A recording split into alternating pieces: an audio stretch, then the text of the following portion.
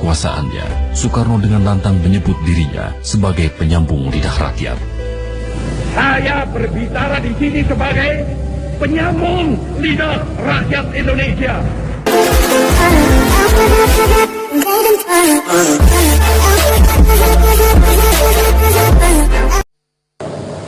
Lalu kita bangkit.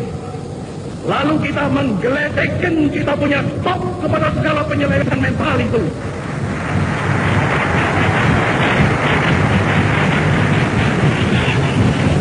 Lalu kita suruh buang jauh-jauh segala alam pikiran liberalisme. Lalu kita dengungkan semboyan baru, yaitu demokrasi terpimpin. Lalu kita kocok habis-habisan multi-party system.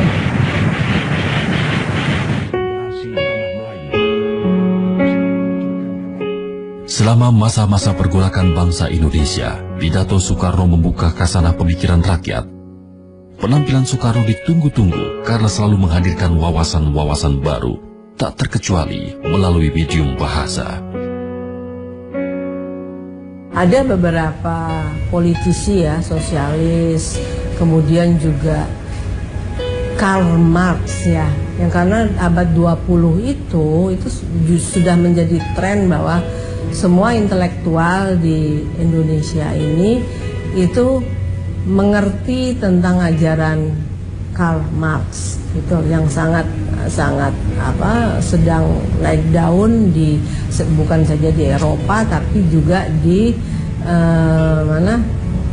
Uni Soviet ya, di Rusia gitu. Jadi semua intelektual tidak mungkin tidak tahu itu pemikiran Marx gitu. Selama periode perjuangan kemerdekaan, pidato-pidato Soekarno punya andil dalam menuntun kesadaran massa menuju suatu mimpi kolektif akan alam kebebasan dari penindasan penjajah. Tak heran bila di puncak kekuasaannya, Soekarno dengan lantang menyebut dirinya sebagai penyambung lidah rakyat. Saya berbicara di sini sebagai penyambung lidah rakyat Indonesia. Jadi dia bukan sekedar orator, tapi dia seorang ideolog. Tujuan seorang orator itu menyampaikan saja ya apa yang ada di kepalanya. Seorang ideolog itu ingin menanamkan ya apa yang disampaikannya ke dalam hati sanubari ya mereka yang mendengarkannya. Setelah kemerdekaan, pidato-pidato juga turut memotret dan membingkai nuansa zaman maupun denyut rakyat Indonesia selama masa pergolakan di tahun-tahun awal Republik. Mengadakan rasionalisasi dalam susunan negara dan dalam badan-badan dan alat-alat pemerintahan.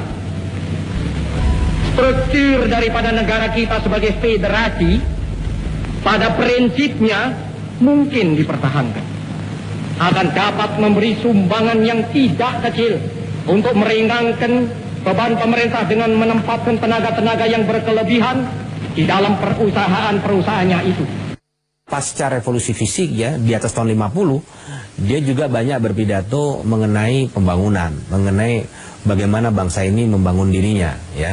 Rencana kerja, panca nasional dan lain sebagainya. Itu dia mulai bicara hal-hal yang sifatnya strategis, sifatnya visioner, sifatnya teknis, sedikit teknis begitu. Sesudah masa revolusi, beliau sedikit berubah. Oh, tentu nanti sesudah menjadi presiden, sudah teguh dalam kedudukan, banyak hal yang berubah, tetapi tetap itu semangatnya anti kolonialisme dan imperialisme.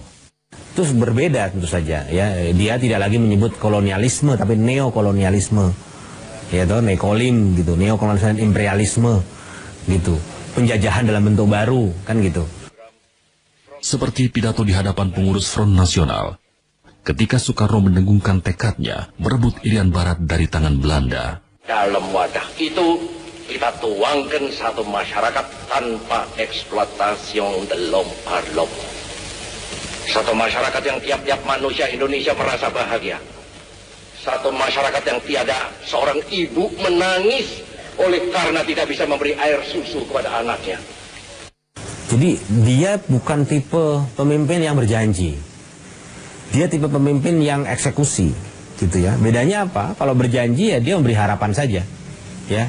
Kita harap dalam tahun ini Irian Barat bisa kembali ke pangkuan Ibu Pertiwi.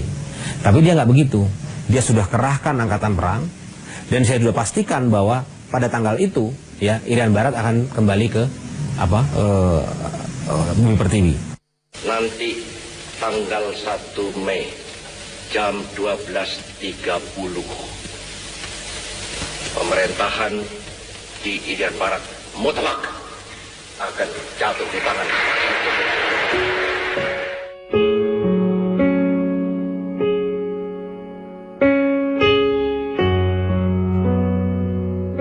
Sulit memilih satu di antara sekian banyak pidato Soekarno untuk ditabalkan sebagai yang terbaik.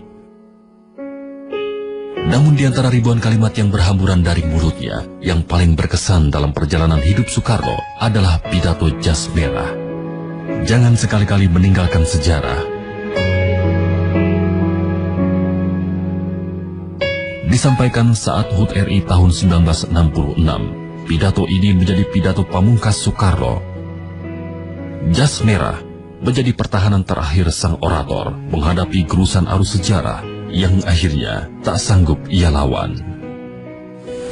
Surat perintah 11 Maret itu mula-mula, dan memang sejurus waktu, membuat mereka bertampik sorak-sore kesenangan. Dikiranya SP 11 Maret adalah satu penyerahan pemerintahan. Dikiranya SP 11 Maret itu satu transfer of sovereignty, of authority. Padahal tidak. SP 11 Maret adalah satu perintah pengamanan. Perintah pengamanan jalannya pemerintahan. Pengamanan jalannya ini pemerintahan. Demikian kataku pada waktu melantik kabinet. Kecuali itu, juga perintah pengamanan keselamatan pribadi Presiden. Perintah pengamanan wibawa Presiden. Perintah pengamanan ajaran Presiden. Perintah pengamanan beberapa hal. Dan Jenderal Soeharto telah mengerjakan perintah itu dengan baik. Dan saya mengucap terima kasih kepada Jenderal Soeharto akan hal ini.